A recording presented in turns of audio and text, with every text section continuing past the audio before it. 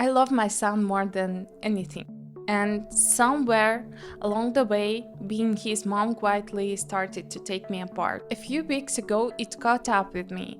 I had a breakdown, a real one. And the part I keep getting stuck on, the part that made me want to record this, is that I didn't see it coming right up until that night. I thought I was fine. From the outside, I was. I was being a good mom. I was showing up for Jan. I was sleeping, eating, getting through the day. I wasn't crying every day. I didn't feel depressed in any way I had a word for it. I thought I was just tired. I thought I was in a weird phase. I thought I'd sort it out on the weekend. And meanwhile, something underneath was breaking for a really long time, and I wasn't paying attention. I'm telling you this for two reasons. If you recognize yourself in any of this, even a little, I want you to know you're not alone. And I want you to make it more seriously than I did. And I'm telling you publicly because I don't want to give myself the opinion to go back there quietly. Once you say the thing out loud, it's harder to pretend it didn't happen. I think there's a part of motherhood that nobody really talks about. Not the birth, not the sleepless nights, not even postpartum. We are at least starting to talk about that. I'm talking about something slower, something that adds up over months and years while you're convinced nothing is really wrong. It's the hidden cost of being a mom. Let me try to explain. The part nobody really talks about. When I was pregnant, my feed was full of videos about labor, about how to make care of baby, about what the first months would do to my body, and I felt prepared for the physical part. I knew my back would hurt, I knew sleep would be hell, I knew I'd be tired in a way I'd never been before. What I didn't see almost anywhere was the mental side of it. Yes, postpartum depression gets mentioned now, and that's good, but the conversation about being a new mom is still mostly about the body, about hormones, about recovery, the part where your sense of yourself slowly gets quiet. Nobody really talks about that. I already had a history of depression before I got pregnant, so I told myself, this is going to be hard. You need to be ready. And still, I almost missed it. When Jan was about 3 months old, I realized I was depressed. He needed body contact to sleep. If I put him down, he'd wake up after 30 minutes. I couldn't leave the room.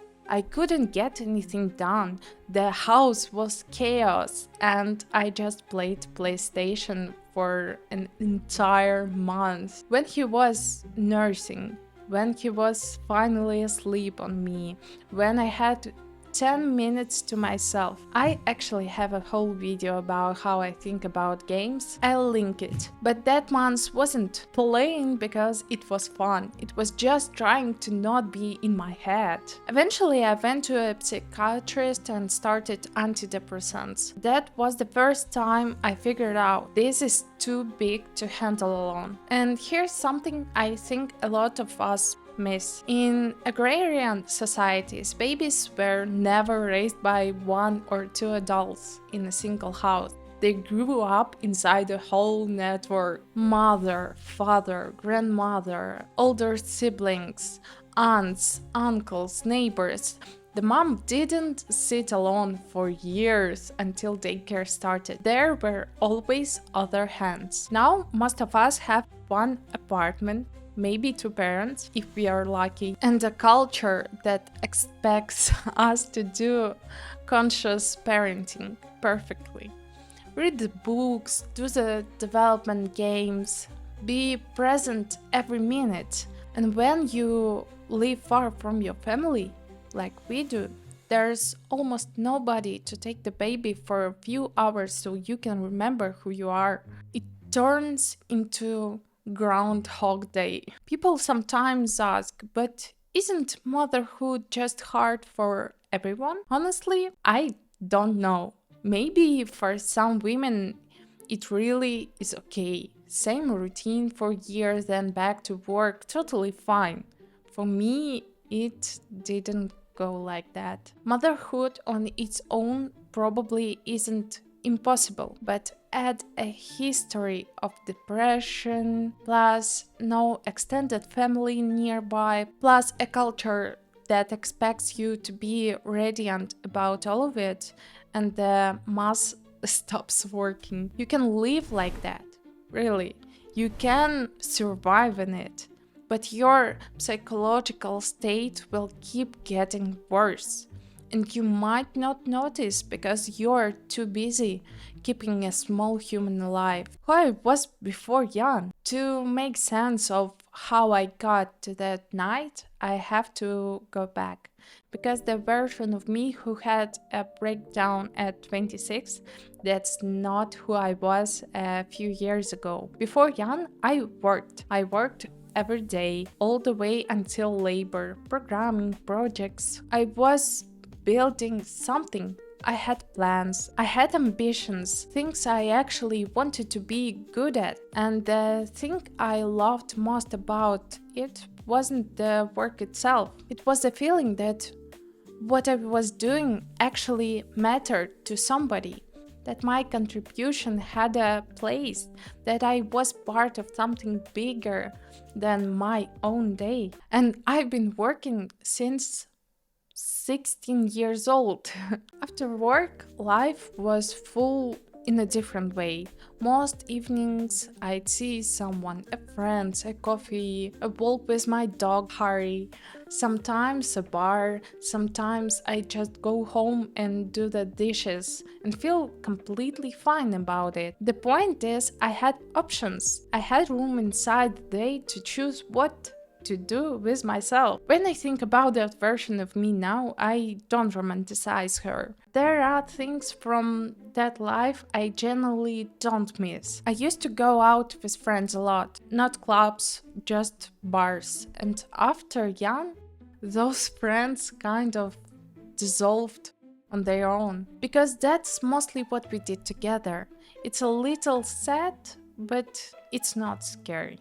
What I really miss in the freedom is the ability to just decide, to say, I have an hour, I'm going to use it for this. That's what motherhood takes from you, especially in the first years, and you can't really argue with it. The kid is small, he needs you, he needs your love, your protection. He can't live without you. That's the deal. It's gotten easier as Jan got older. He's more autonomous now. Sometimes he even helps me with little things around the house. But for a long time, that freedom was just gone. The harder thing to admit is that happened to my professional self. And here it gets complicated because I want to say two things at once. What I do at home for Jan is real work. Raising a small human is enormous, exhausting, important, and I know that. And at the same time, I want more. I want professional realization. I want to earn my own money. I don't want to depend on my husband for that part of my life. Those two things don't cancel each other out. Knowing that motherhood matters and still needing something else for myself. Society treats the work mothers do at home as the default. Something invisible, something you don't really get paid for. Sometimes barely thanked for, because it's just what moms do. I disagree with that, strongly disagree. But disagreeing intellectually doesn't protect you from it. It still steps in. You start to feel somewhere underneath that the work you are doing doesn't really count. So my professional drive didn't disappear, it went underground. The what I do matters, feeling the kind of used to get from a project, from a conference, from somebody saying this was useful. That was the first thing that started to fade, and I didn't notice it leaving. By the time Jan started daycare, I'd been so far from that version of me for so long that I almost couldn't picture her anymore. Which is, I think, where this whole story really starts. A few months ago, Jan started daycare, and you'd think, finally, I'd have time. Time to work, time to think, time to be a person again. That first day was hard. With our nanny, it had been easy. You just hand him over and go. With daycare, there's crying, and you have to walk out anyway. You have to leave him in stressful situation and trust that it's the right thing. Will he eat? Will he get along with the other kids? Will he just cry the whole time? You don't know, and you just need to go. And then I came home to a quiet apartment with my hours back. At first, I just did the housework that I had been peeling up because I didn't have time for it before. But when the housework ran out, I wanted to come back to the channel. I had ideas, but every time I sat down, my brain just refused. Like it had forgotten how to work. I'd get stuck on the smallest decisions. And instead of pushing through, I'd open my phone or start ruminating about everything I wasn't doing, which made it even harder to do anything. The strange part is when I actually managed to sit down and start, it was fine. The work itself isn't the problem.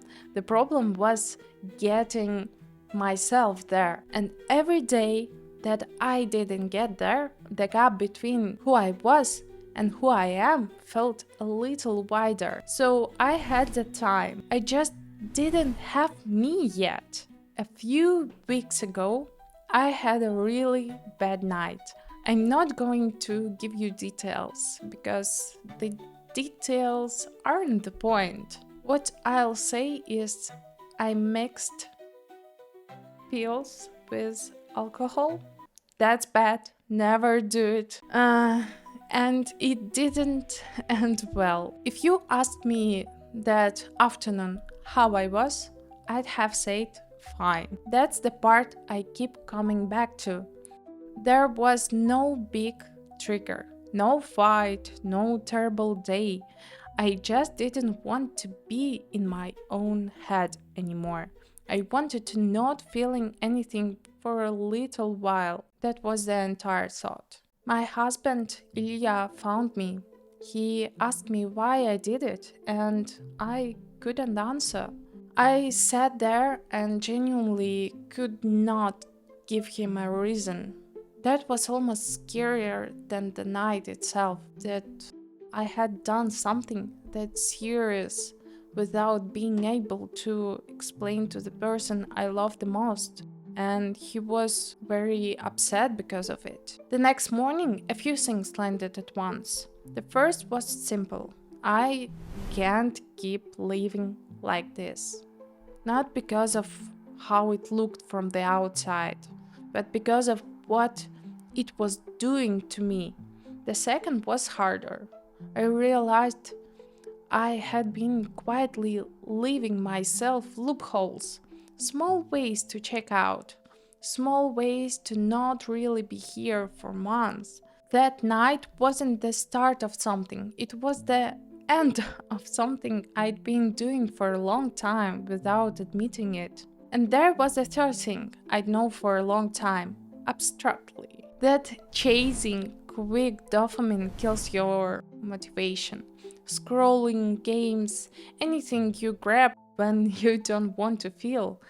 I just never connected it to my own life. I knew it was a problem, but I had no resource to handle with it. That morning I did. It wasn't only one bad night. It was a long, slow drift away from anything that felt like me. That same week, Ilya and I made a deal. Every single week I publish a video. That was the start of climbing back. Where I am now. I'm not going to tell you I'm fine, but I'm fine. I'm in the middle of this. I have a psychologist, I have a psychiatrist, I'm writing scripts again. I'm publishing every week because that's a deal. But not only a deal, I like to do it. I like to create something. I like to write the scripts. I like editing. The deal is real, by the way. Ilya and I wrote it down. If a calendar week goes by and I haven't published a video, daycare is off the next Monday. Not as a punishment, as logic. If I'm not using that time to do work or develop myself, the time isn't for that. If I decide to stop the channel, I have 2 weeks to start something else. A job, a course, volunteering, 20 hours a week minimum. It sounds harsh on paper. We agreed on it together. It's not because Ilya doesn't want to pay for daycare. It's because what was breaking me was the absence of a thing on my own. Rumination fills any space you give it. This video is part of that too. I've already told the people closest to me. It was awful and embarrassing, and they were unbelievably kind about it. But I wanted to say it out loud in public because as long as it stays private thing, I get to quietly pretend it didn't really happen. And then the loopholes is still open. Saying it here closes it. The first small moment where I felt like myself again was the first video published under the deal. We signed it on a Wednesday. The deadline was Sunday. And I made it. It was a long one. And when it was up, I had this very quiet thought. Oh, I can still do this. After 2 years of being mostly someone's mom, the scariest thing was the suspicion that I'd lost the part of me that could make things. Just publishing one video told me that wasn't true. If you're somewhere in the version of this story that comes a week before that bad night, the version where you're fine, but you're not really fine. You just have to say that you're fine when you're not really fine. But you can feel something draining out of you. I want to say 2 things. First, the small child phase ends. However hard or sweet it is right now, your kid will grow up, get more autonomous, needs you less. That's 2 sides of the same coin. And when that phase ends, you still have to be a person. So don't wait. Remember who you are. You already did a great job raising a child. You did a lot. And if you can hand the baby to grandma, an aunt, a friend for a few hours, do it. If I could go back, I'd tell myself not to move so far from family. Doing this alone, even with a partner, is harder than it has any right to be. The thing I've been learning the slowest is this. I'm used to stepping over myself when life gets hard, sacrificing myself for everyone else. Kid, husband, even the dog. There's no kindness in that. There's no respect for me in that. Having a small child doesn't mean your whole life is now in service of him. However small he is, if you can still do something for yourself, something that's yours, do it. Because the most important thing in that house, honestly, is the mother's state. If she is okay, the kid is okay. Everything else gets easier from there. So that's where I am. Not at the end of anything, just paying attention now. Love yourself. I mean that for me too.